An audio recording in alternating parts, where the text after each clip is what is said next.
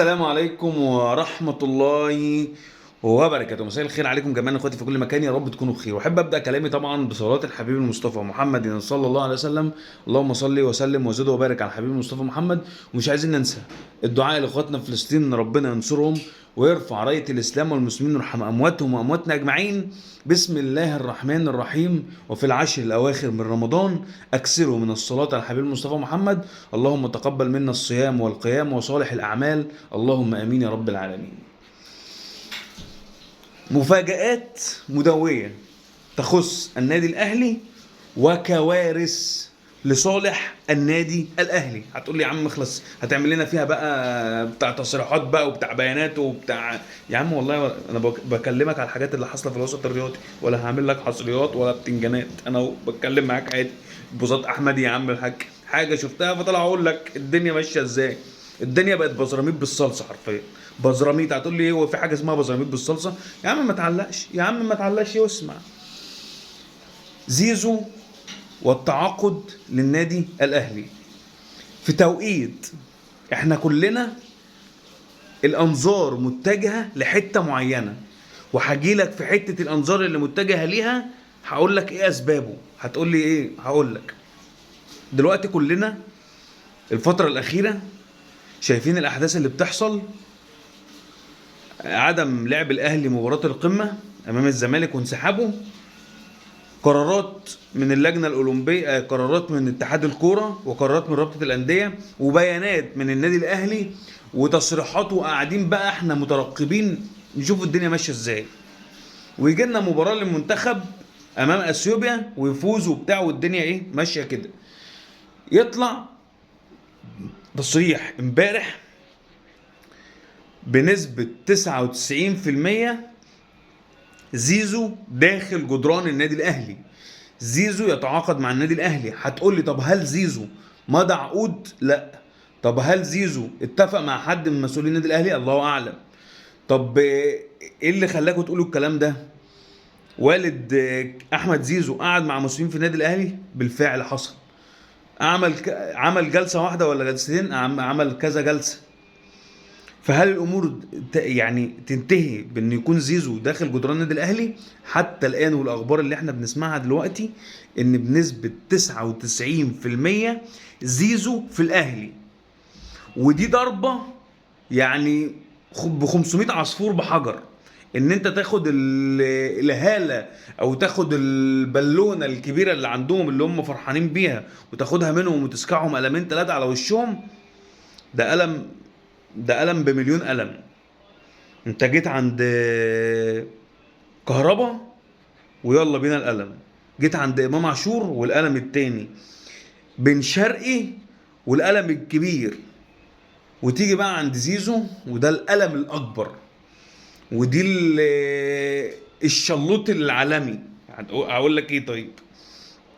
فتيجي تبص هتقول لي يا عم هو يعني زيزو محتاج البالونه والهاله اللي معمول عليه ده؟ زيزو في الفترة الحالية مش في أحسن حالاته. زيزو في الفترة الحالية مش هو مستواه. ولما لو حصل فعلا وتمت كل الأمور وزيزو بقى جوه النادي الأهلي ومستواه ما كانش هو المستوى اللي احنا منتظرينه منه كلاعب داخل جدران النادي الأهلي، هيتم طبعا انتقاده.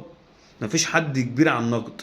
اي لاعب بيلعب للاهلي طالما مستواه مش هو المستوى بيتم نقده. لكن انا بفهمك وبقول لك ان ده ألم كبير. ولا تقول لي بقى عبد الله السعيد اللي واخده هو عنده 40 سنه، زيزو 29 سنه.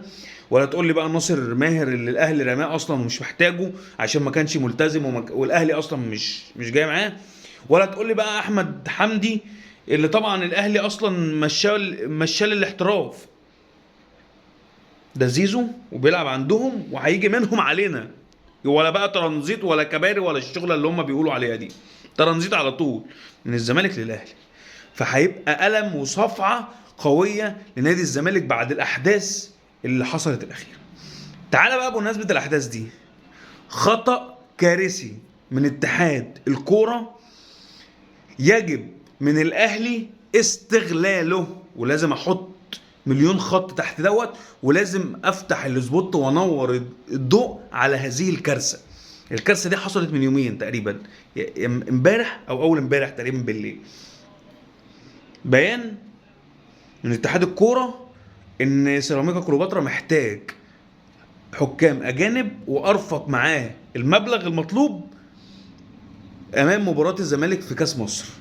تمام زي الفل. المباراه كانت قبلها بقد ايه؟ المباراه كانت ملعوبه يوم 15، احنا النهارده 23، يعني انت بقالك من 8 ايام. يعني سيراميكا اكيد ارسل الخطاب بعد ما عرف ان هو هيقابل الزمالك بيومين ثلاثه، لا بيقول لك ان هو طلب حكام اجانب قبلها باسبوع.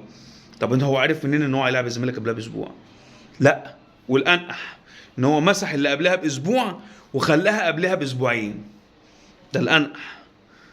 طب بلاش كل ده، سيبك بقى من الخطابات وسيبك من قبلها باسبوعين وقبلها باسبوع. المباراه اصلا كانت ملعوبه يوم 15، النهارده 23، فانت بتتكلم ان 8 ايام. يعني انت بتتكلم ان الاهلي والزمالك لما عرفوا، وفي لوائح وفي بتاع بتقول لك ان مفيش ان انت تطلب حكام اجانب غير بعد قبلها ب 14 يوم. فان انت عندك ضيق في الوقت، او انت عندك استثناء مثلا زي مباريات الكاس اللي التوقيت ما بينها بيبقى قصير، او مثلا مباراه زي مباراه الدوري اللي اتحط فيها النادي الاهلي والزمالك واتعرف قبلها ب5 ايام بس ان انت هتواجه الزمالك، فده استثناء، فانا بطلب فيه تحكيم اجنبي. فكان يعني يقدر من خلال كام يوم بالظبط ان هو يجيب تحكيم اجنبي عادي. كان يقدر ان هو يعني لما الاهلي طلب قبلها ب 48 ساعه ما كانش فيه مشاكل، او رابطه الانديه لما بعتت الخطاب الاتحاد الكره قبلها ب 48 ساعه ما كانش فيها مشكله. فلازم الاهلي يلعب مليون في المية على النقطة دي عشان يضمن حقه. الاهلي ليه حقوق، والاهلي دلوقتي قاعد بيتفرج وبيستمتع حرفيا ان حقوقه بتجيله، وان حقوقه هتجيله على طبق من ذهب بعد الكوارث اللي بتحصل ومتتالية. عشان كده الاهلي موقفه بيقوى كل يوم عن الاول بسبب احداثهم هم اللي بيعملوها. فنتمنى الدنيا تمشي بخير والاحداث تكون بخير، وزيزو عندنا يا زمالك. سلام.